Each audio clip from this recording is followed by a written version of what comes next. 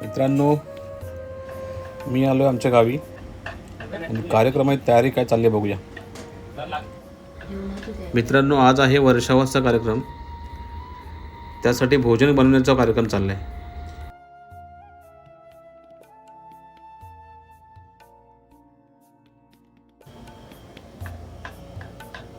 जेवण बनवत आहेत. जेव्हा बटाटे उकडलेले आहेत. आमच्या अण्णा काहीतरी बनवतात, तिकडे डाळ बट्ट बनवतात. हे आमचे गौतम पवार कांदा काप. लाईट लावायची. हे प्रफुल्ल खैरे बटाटा सोडून देतात. बटाट्याची भाजी पण आहे. जेवणाची तयारी करायला फक्त 4 माणसं आहेत बघा, कारण वाडीत माणसंच कमी आहेत.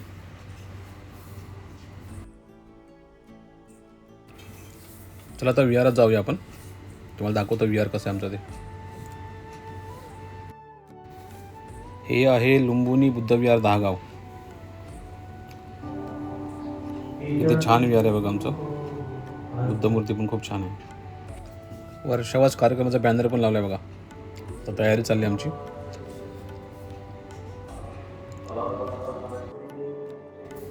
मित्रांनो, हा कार्यक्रम तालुक्याच्या अंडर होतोय. हे तालुका शाखा मंडणगड व ग्राम शाखा दहागाव यांच्या आधिपत्याखाली हा कार्यक्रम साजरा होणार आहे. वर्षावास प्रवचन मालिका 2026.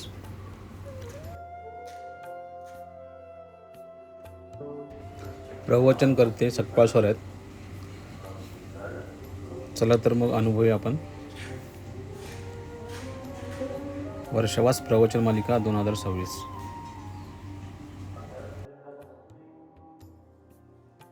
आता विहारामध्ये तयारी झाली सगळी. आता आपण चेंज करून येऊया पटकन, कारण कार्यक्रमाला सुरुवात होईल आता.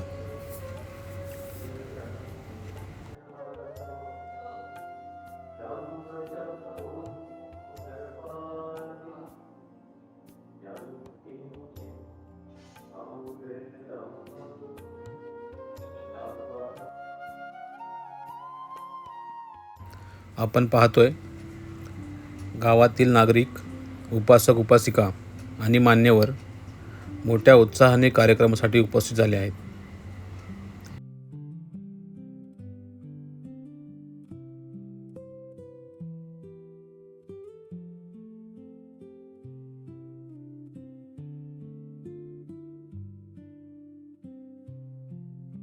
कार्यक्रम तालुका पातळीच्या आधिपत्याखाली असल्याकारणाने तालुका पातळीवरील सेक्रेटरी साहेब आता अध्यक्षाची निवड करतील.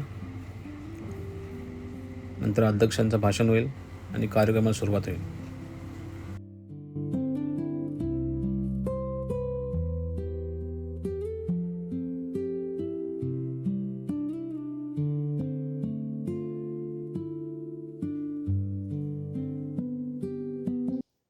आषाढ पौर्णिमा ते अश्विन पौर्णिमा या 3 महिन्यांच्या कालावधीमध्ये महाराष्ट्र राज्याच्या आदेशानुसार जिल्हा रत्नागिरी यांच्याही अंतर्गत मंडणगड तालुका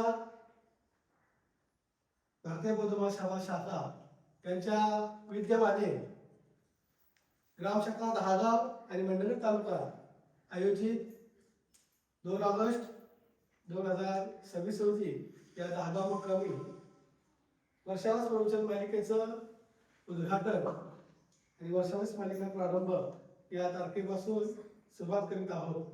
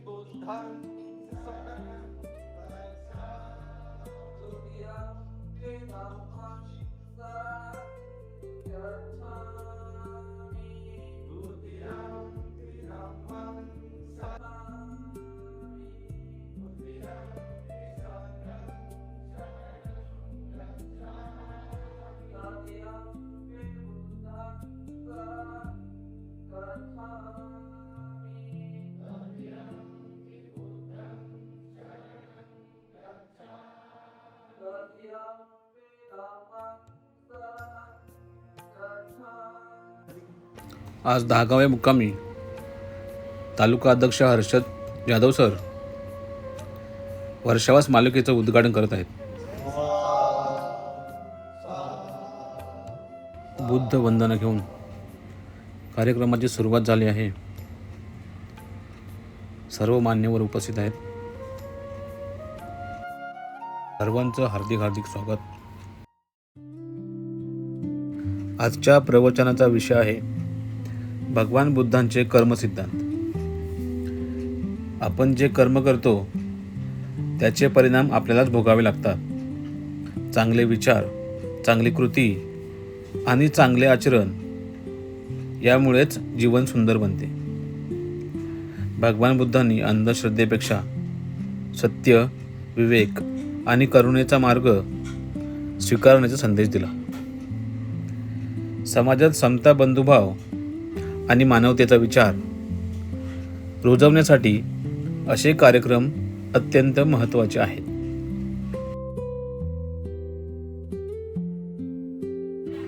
सर्व मान्यवरांचा स्वागत समारंभ चालू आहे. त्यातच आमच्या संस्काराचा पण त्यांनी सत्कार केला. आमचे डॉक्टरेट सकपाल सर यांच्या हस्ते त्याचा सत्कार समारंभ साजरा झाला. खूप अभिमानाची गोष्ट आहे मित्रांनो.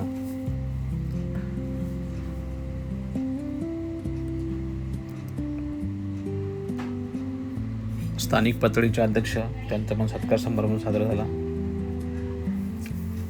मुंबई मंडळाचे अध्यक्ष त्यांचा पण सत्कार समारंभ साजरा झाला.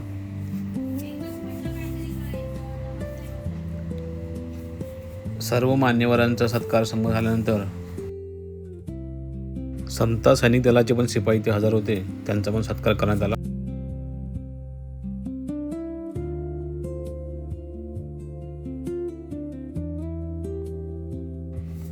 मित्रांनो, कार्यक्रमादरम्यान गावातील लहान मुलांपासून ज्येष्ठ नागरिकांपर्यंत सर्वांनी उत्साहाने सहभाग घेतला होता. सर्वत्र शिस्त, शांतता आणि धम्ममय वातावरण पाहायला मिळालं.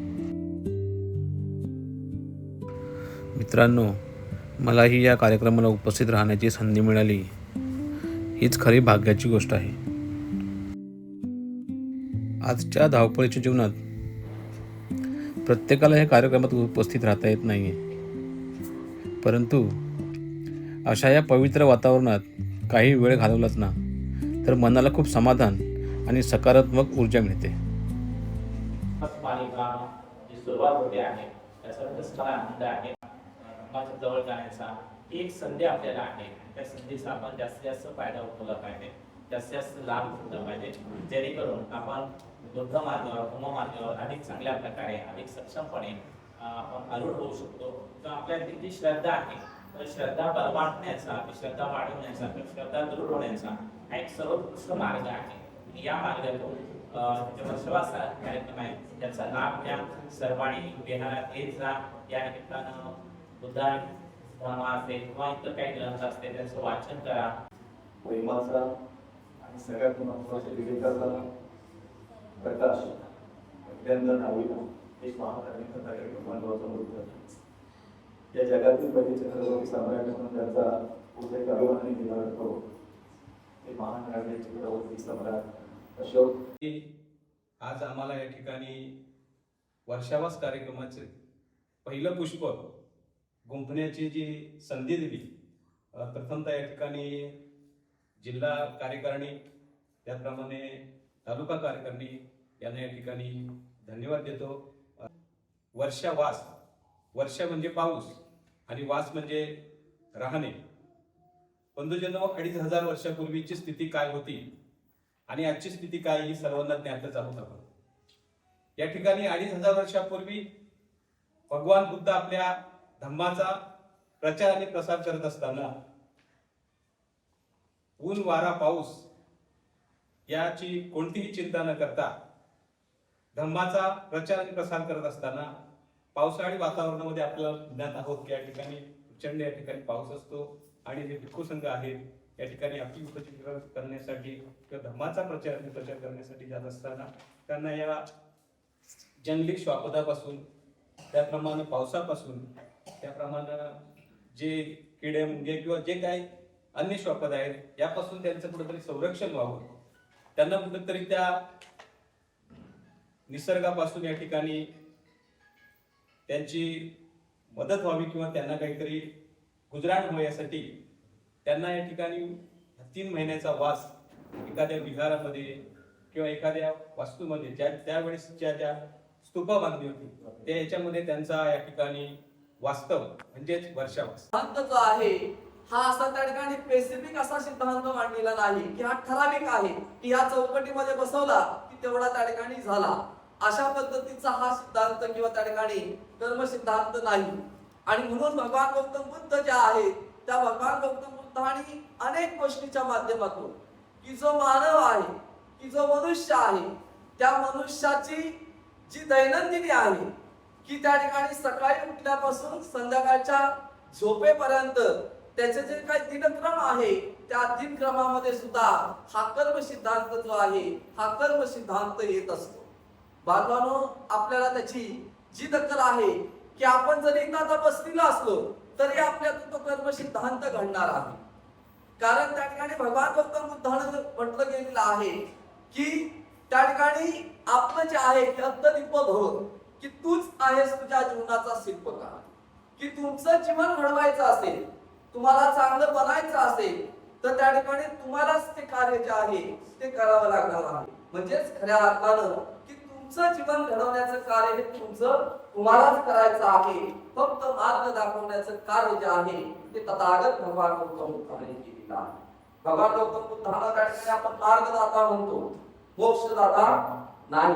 की समोर हे नवस केला की ह्या गोष्टी मी ठेवलेल्या आहेत, हे सर्व माझ्या मनासारखं घडू दे आणि म्हणजे मी तुला हे देईन, अशा प्रकारचं तथागत भगवान गौतम बुद्धांच्या समोर चालत नाही. फक्त भगवान गौतम बुद्धाने तुम्हाला मार्ग दाखवलेला आहे आणि त्या मार्गाने आपल्याला चालायचं आहे. त्याच्यातूनच हा कर्म सिद्धांत जो आहे हा कर्म सिद्धांत आपल्याला अभ्यासणं गरजेचं आहे.